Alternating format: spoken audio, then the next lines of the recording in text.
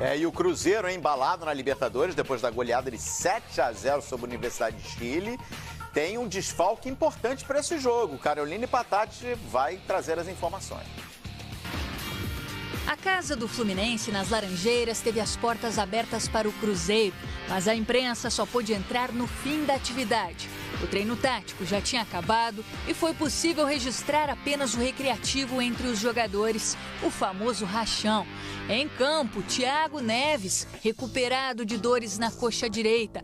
Já Edilson foi mais cedo para o vestiário e segue como dúvida devido a um problema no tornozelo esquerdo. Mas uma coisa é certa, tendo uma mínima condição de jogo, o lateral deve ir a campo. Todo esforço é válido na tentativa de vencer o Vasco. Afinal, o Cruzeiro está só 3 pontos atrás do líder Racing, adversário da última rodada. Agora, se uma vitória sobre o time carioca coloca a equipe mineira muito próxima da liderança, ou pode até colocar como primeira do grupo, por outro lado, uma derrota pode fazer a situação se complicar, já que o Universidade de Chile também tem 5 pontos. A equipe de Mano Menezes vem motivada pelo 7-0 para cima dos chilenos na última rodada. Também conseguiu empatar com o Internacional em Porto Alegre pelo Brasileirão, usando um time completamente reserva no domingo. Mas é bom lembrar que a vitória também é fundamental para o Vasco.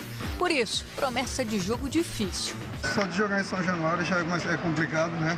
É um estádio que a torcida pressiona bastante. Até mesmo na chegada no entorno do estádio, a torcida já começa a pressionar o adversário, né? Eu joguei uma final de Copa do Brasil aqui, sei as dificuldades que é jogar naquele estádio. Mas a gente já fez um bom trabalho, fizemos uma vitória importante dentro de casa e agora quem tem mais obrigação de uma vitória é o Vasco, nosso time tem que saber jogar esse jogo. Se Edilson for liberado pelo departamento médico, o Cruzeiro vai ser o mesmo que ganhou da Laú. Caso contrário, Romero é o mais cotado para substituí-lo. Sabemos que vai ser um jogo completamente diferente da primeira rodada, né? Que o Vasco, como você falou, o Vasco jogou mais no nosso erro. Agora o empate já não serve mais para eles, né? Eles precisam da vitória para continuar vivo na competição. Então temos que saber jogar esse jogo, um jogo importantíssimo para a gente também, né? Já que pode definir uma classificação. Então é descansar agora e para amanhã a gente entrar focado para conseguir nosso objetivo. Bom, tá aí, Vasco e Cruzeiro, duelo, promete fortes emoções porque o grupo, Eugênio, se encontra assim. O Racing é líder com 8 pontos. Sim. O Cruzeiro, depois daquela goleada, ficou em segundo com 5 pontos. Universidade de Chile também tem 5 pontos, mas está em terceiro por conta do saldo. E o Vasco é lanterninha com 2 pontos.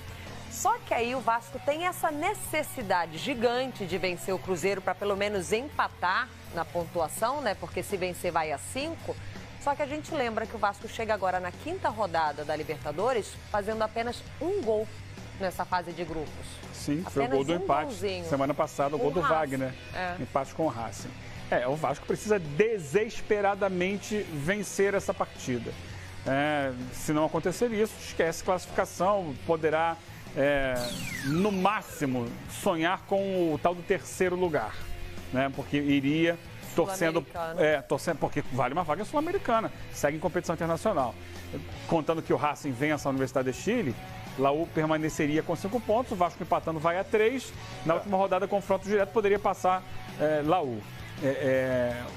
O Cruzeiro vem embalado, né? Fez os 7-0 semana passada, ele chega com muita confiança, mas é claro que é um jogo completamente diferente, um jogo em São Januário, difícil para o Cruzeiro, mas difícil também para o Vasco. Projeto nesse grupo, o Racing se classificando, ganhando da Universidade de Chile em casa, como goleou o Vasco, e Cruzeiro deve ganhar com certa tranquilidade, vai a 11 pontos, se classifica. E aí uma definição muito importante nesse jogo Vasco e Cruzeiro. Um empate deixa o Cruzeiro muito perto da classificação. O Cruzeiro vai a 6 pontos, segura o Vasco lá atrás.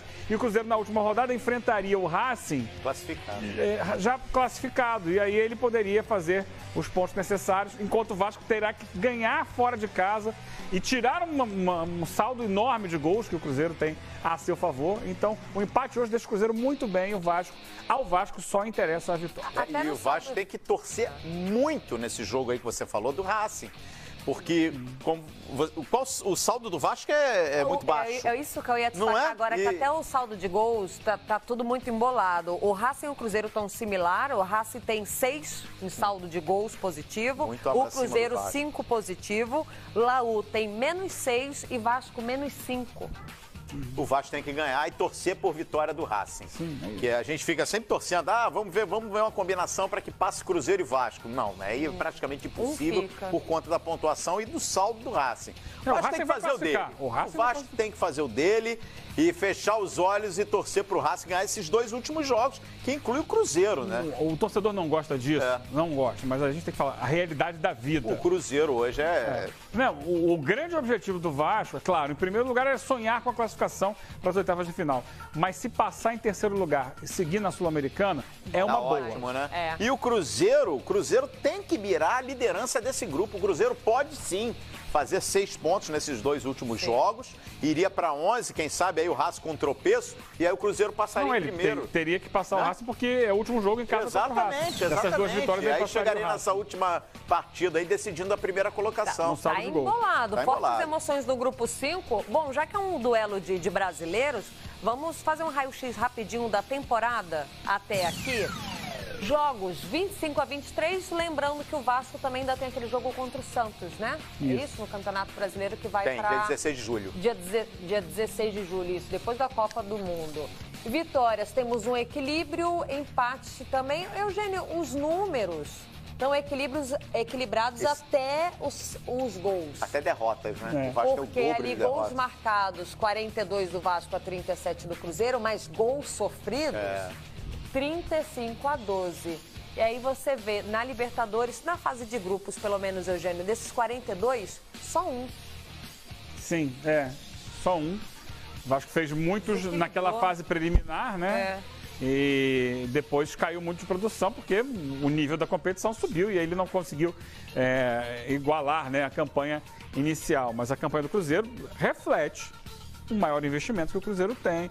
Um time que já veio do ano passado campeão da Copa do Brasil e fez grandes contratações para essa temporada e por isso tem números superiores ao do Vasco. A gente vê ali o número de vitórias é parecido, lembrando que o Vasco tem 2 jogos a mais, mas é o dobro do número de derrotas, as do Vasco em cima, comparando com as do Cruzeiro. E o número de gols sofridos é a grande questão. A defesa do Vasco está uma peneira. Esse é o problema, né? E a gente não consegue trocar personagens ao ponto de equilibrar, né? O Wagner é uma questão aí, né? Tá se recuperando de uma gripe, mas deve ir pro jogo. Thiago Galhardo mantido no meio-campo. Paulão vencendo. Paulão com Erley, mais uma vez, né? Criticado, vem falhando. E o Bruno Silva, o substituto do Desábato, que vai cumprir suspensão. O time do Cruzeiro, realmente, ali tem muito mais opções, né? É um time com elenco bem mais forte. O torcedor do Vasco, né? Aquele um pouco... Não precisa ser tão mais antigo, não. Um pouquinho mais saudosista, ele vai olhar o Cruzeiro entrar em campo do outro lado, Dedé. Aí ele olha assim... Saudade, hein? Dedé e Paulão. Dedé e Paulão. Deixa isso pra lá, Dedé. O melhor a gente falar do Palmeiras, que o Palmeiras tem jogo amanhã fora de casa.